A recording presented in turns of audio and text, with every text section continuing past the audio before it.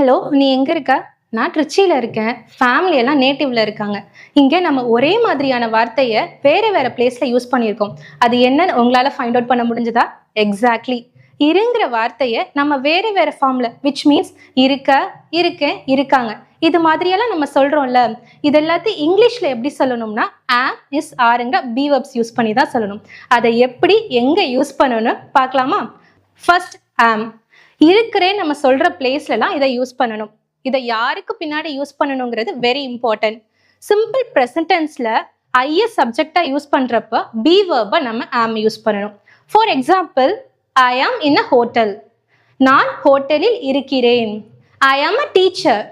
நான் ஒரு ஆசிரியராக இருக்கிறேன். ஸோ இது மாதிரி தான் நம்ம am யூஸ் பண்ணணும். Next is. இதுவும் நம்ம சிம்பிள் ப்ரெசன்ட் டென்ஸ்ல சப்ஜெக்ட் he, she, it இருக்கும்போது நம்ம இதை யூஸ் பண்ணணும். For example, he is in the office. அவன் ஆஃபீஸில் இருக்கிறான். she is at the home. அவள் வீட்டில் இருக்கிறாள். she is at the jewelry shop. அவள் ஜுவல்லரி ஷாப்பில் இருக்கிறாள். இது மாதிரி தான் நம்ம is யூஸ் பண்ணணும். Next are. இதுவும் சிம்பிள் ப்ரெசன்ட் டென்ஸ்ல plural nouns which means you, we, they. இதுக்கு எல்லாத்துக்கும் நம்ம are யூஸ் பண்ணணும். For example, they are at the beach. அவர்கள் பீச்சில் இருக்கிறார்கள். Okay, we are in a hotel. நாங்கள் ஹோட்டலில் இருக்கிறோம். Ramu and Ramesh are friends. ராமுவும் ரமேஷும் நண்பர்களாக இருக்கிறார்கள். Okay, I hope it's clear.